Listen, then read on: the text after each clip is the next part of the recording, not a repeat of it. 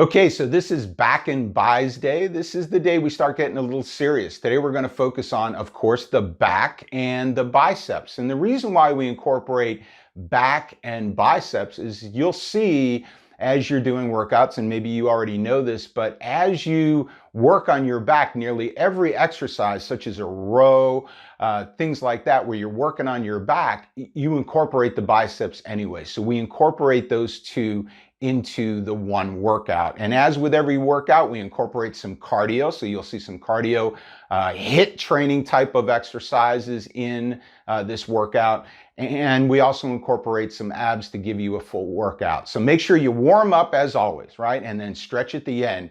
Have yourself a great back and bi workout.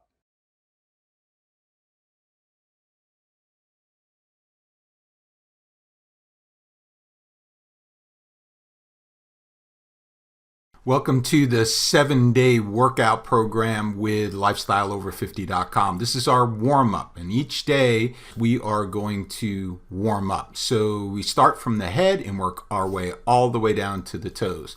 So first off, we're just going to rock our head forward and back. We're not going to jerk it, and we're not going to stretch it too bad. We're just getting it to move, and then we're going to move our head around to the left and around to the right and just loosen up that neck. Then we're going to move into our shoulders, and we're going to just move our shoulders backward to get those shoulders loosened up. Go backward maybe 10 reps, and then you're going to go forward 10 reps. You're just trying to loosen up the top back muscles there and the shoulders and make movements that maybe you don't normally do in the course of a day, and these are really good for your joints and your muscles and your ligaments and so forth. Now you're going to move your arm forward, just swing your arm forward. You're not trying to grind that shoulder joint. You're just trying to loosen it up. Just loosen it up, move it forward 10 and then back 10 on the right side. And then when you're done there, you're going to move to the left side.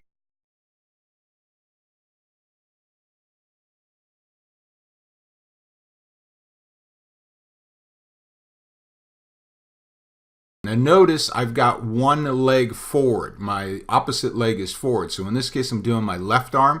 And what happens, my right foot is forward. Again, this is not to jerk that joint or injure it in any way. It's just to get some movement forward, get some movement back.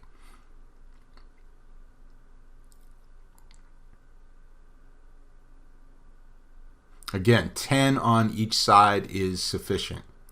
Now we're going to swing from side to side. Now one thing when you're doing this, pay attention to my feet here. When I'm moving to the right, I move up my right toe or get up on my right toe. When I move to my left, I get up on my left toe. I'm not trying to jerk anything here. I'm trying to just loosen up my upper torso.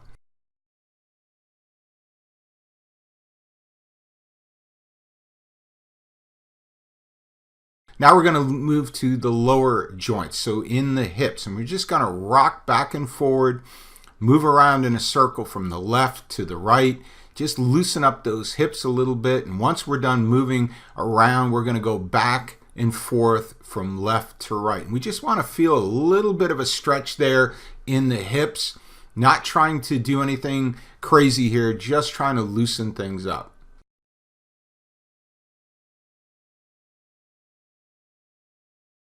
Now this one might be a challenge, so you may want to use a chair to balance yourself. It took me a while to create the balance to be able to do this without starting to fall over and things like that. But basically you're lifting up your knee straight and then moving it outward. And here you're just trying to open up those hips. Just get those hips open a little bit, grease those hip joints. But again, be very careful until you have your balance down. Use a chair to be able to balance yourself. But this is great for getting those hips warmed up, especially if you're doing a leg workout or a run. Now we're just going to go down to the knees. See how we're going from top to bottom, from head to toe? So we're just going to Put our hands on our knees, bend our knees, and move around in a circle from the left to the right. And if you can get down as far as you possibly can and loosen up those knees. That's a joint that sometimes we all have a problem with as we get older, correct? And then the last thing we're going to do is we're just going to loosen up the ankles a little bit as well. So just get up on that left toe in this case, but make sure you're firmly planted on your right foot. Swing your left toe from side to side and do the other side. And that is your warm-up. Butt kicks are a great way to start a workout and a great way to increase cardio during a workout. Now you can start slowly like this, or you can pick up the pace. And you definitely want to get to the point where you are doing the butt kicks just like she's doing them right now for 30 or 45 seconds, depending on what the workout tells you.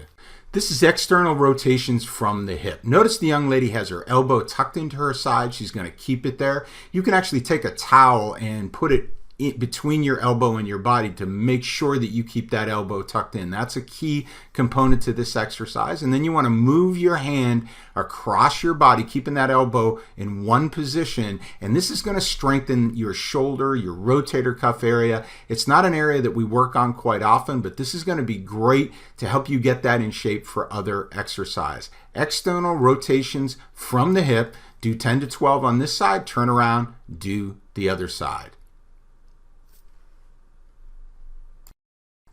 This is 90-90 external rotation. So you're going to put your elbows up to your side and you're going to hold the bands out in front of you, keeping your elbows in one place, locked in place, and back and forward, keeping everything aligned parallel to the ground and in one place. This is reverse flies. You want to grab the handles in the center, keeping the band parallel to the ground and simply moving it out to the side. You don't want to jerk it up or jerk it down. It's completely parallel to the ground. Dan's going to demonstrate here how it's just one movement. You want to keep your body still and you want to clench the muscles in between your shoulder blades as you're coming back. This is face pull to overhead press. So you're going to take a band at the top of your door or whatever you're anchoring the band to, and you're going to pull it right to your forehead and do a press up. It's a lot harder than it looks, and so if it is too hard for you, move closer to the door or whatever you're using, but face pull, so pull to your forehead and then lift up.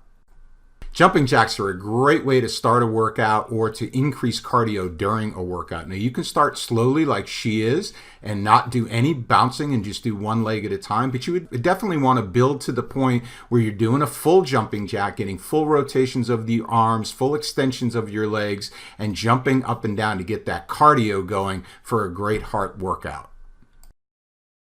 With rows, you want to start with a good, strong athletic stance like this young lady and pull your bands directly back into your body and clenching those muscles between your shoulder blades. Straight back, no jerking, no leaning back, just a good, strong athletic stance and pulling straight back. For bicep curls, you want to anchor your bands at the bottom of the door and pull straight back. Arm extended, pull straight back, strong athletic stance, no jerking, and focusing strictly on that bicep. Forward and back, forward and back. And what I like to do is actually look at the muscle I'm concentrating on to help me focus. This is ball hands to feet or feet to hands, however you want to look at it. You're going to lay on the floor with the exercise ball in between your ankles. You're going to squeeze that up with your legs, up with your upper body, reach out with your hands, grab that ball, go down into a parallel position with the floor, come back up with both your arms and your legs and give that ball to your legs, down and back up, down and back up. Great for your abdominal muscles and your hip flexors. This is called victory. You're going to reach straight out, grab those straps, and create a V above your head. Very simple movement, very simple exercise, but you got to keep your body still and bring those arms back. And of course, this could get difficult. It's harder than it looks, so move closer to the door.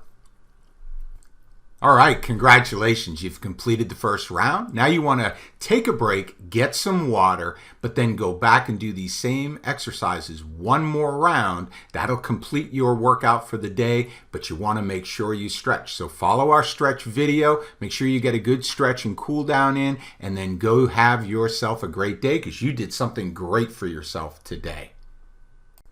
So I hope you had a great workout. You got a little bit of a sweat going. You worked on that specific area of your body. But now you want to take the time to stretch. So important that we stretch every day. And even if you don't work out in a day.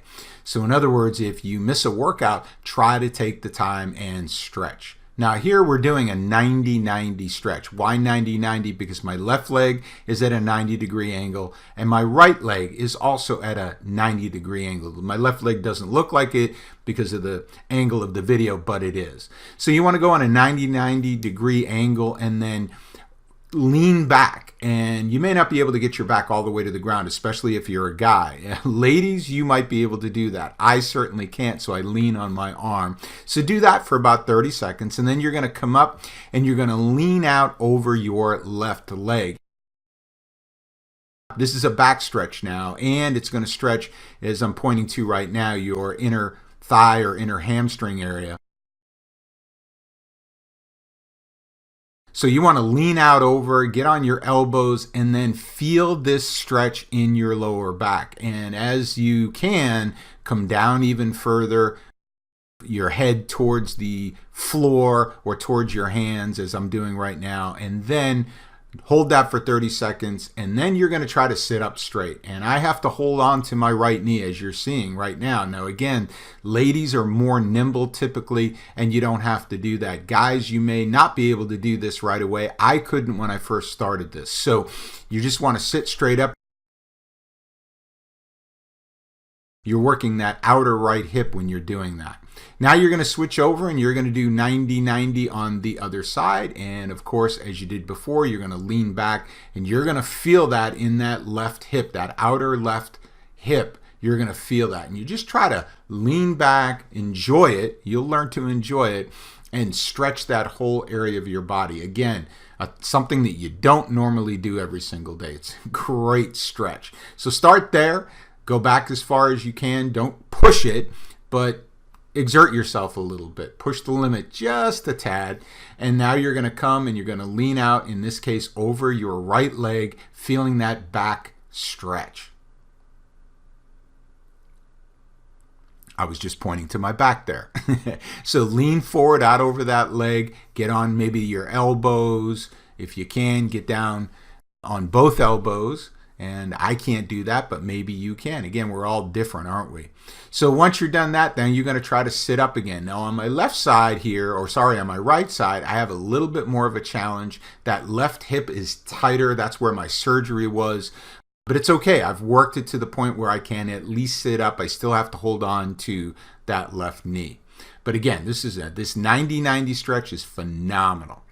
So once you're done with that, you are going to get up on your hands and knees, and then you are going to move into a hip flexor stretch. We do this in our hip stretch on Fridays. And so you're going to lean forward.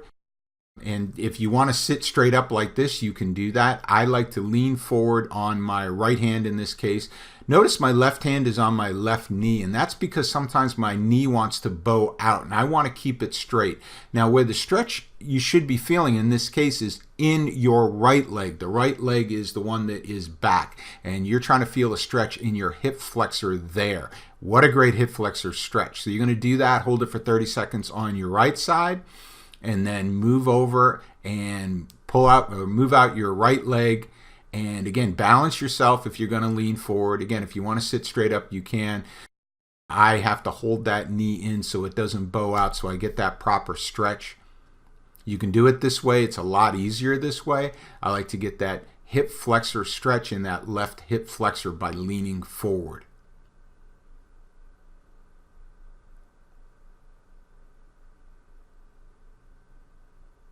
Once again, a great hip flexor stretch. So I'm going to move to the sort of the landscape side of things here so that you can get a full angle of what I'm doing. This is the frog stretch. We also do the frog stretch on Fridays. Now, I like to rock back and forth to do this. It just feels good getting those joints loosened up. I've got my knees out to either side. You can go as far as what's comfortable for you. You don't want to pull a groin there. And then move forward and put your hands down and just hold that stretch. And then move even further forward, get to the point where you can get down on your elbows. This is awesome for your hips. And move out as far as you can and play with it a little bit. Don't want to injure yourself, and this may take time for you to be able to do this. So that's the frog stretch. Now we want to get up on our hands and our knees.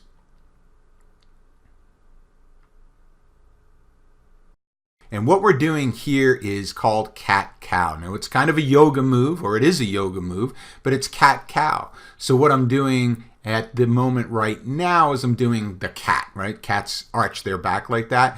And this is great for your back. You're trying to get movement in your spine. So this movement would be moving my spine outer and then down inner and getting movement in my lower lumbar area for sure. So you're going to do the cat and then come down to the cow. And you can do this as much as you want. You could do it 5 times up and 5 times down, 10 times up, 10 times down. It just depends on how much movement you want to get there and how much you want to work on this. But this is a phenomenal stretch or movement for your back, for your spine. And of course, as we get older, we have spine problems sometimes, right? We arch our backs forward and hunch over, and that's going to help.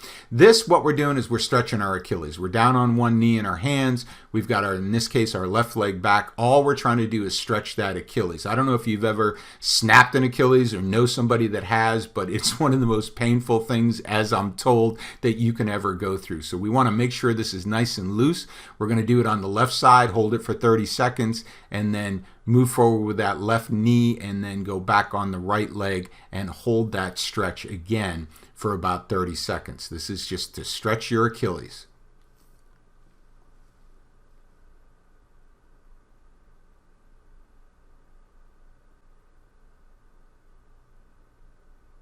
Okay, next up, we're going to go from that into downward dog. Another yoga move.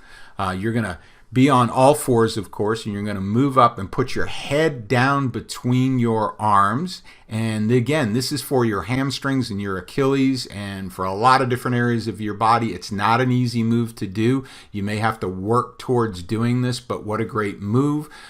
And, blood's going to rush to your head. There's all kinds of things that are going to happen with downward dog, but give it a good try and see what you can do with it and hold it for 30 seconds if you can. If you can't, first time you do it, hold it for 10 seconds and then work your way up to 30 seconds. Now we're going to go from that into Cobra.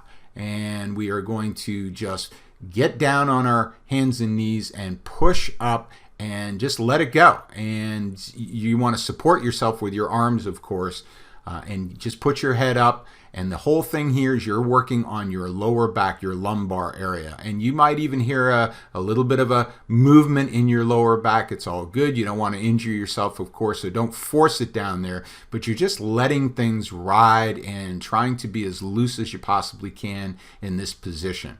I've had some dramatic improvement in my lower back. I've been doing these exercises, so I highly, highly recommend them. Now we're going to move into the Sphinx. So we're going to go from the Cobra into the Sphinx. So it's similar but different. You're going to get down on your elbows, and you can see why they call it the Sphinx, right? So your head is up. You want to make sure that your elbows are far enough forward so you're not putting a lot of pressure on your shoulders, and you're going to hold this. Now you can hold it for as long as you like.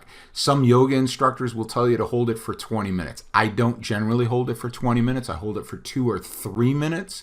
If you start out and it is uncomfortable for you, just hold it for maybe, again, 10 seconds, 15 seconds, move to 30 seconds, and then maybe move to a minute.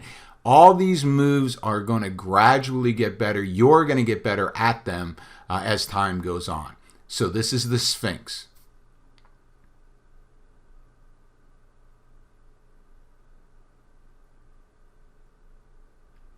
Okay, once you're done with that, Now you're going to move into what's called the child's pose. So you're going to get hands and knees again, but now your knees are going to come together. And this is a great lower back stretch. Move your arms out, and this is just relax. This is, a lot of people meditate in child's pose. So that's kind of the kind of movement it is, the kind of pose that it is. And as you can see, I'm, kind of moving my fingers out forward to get a better lower back stretch.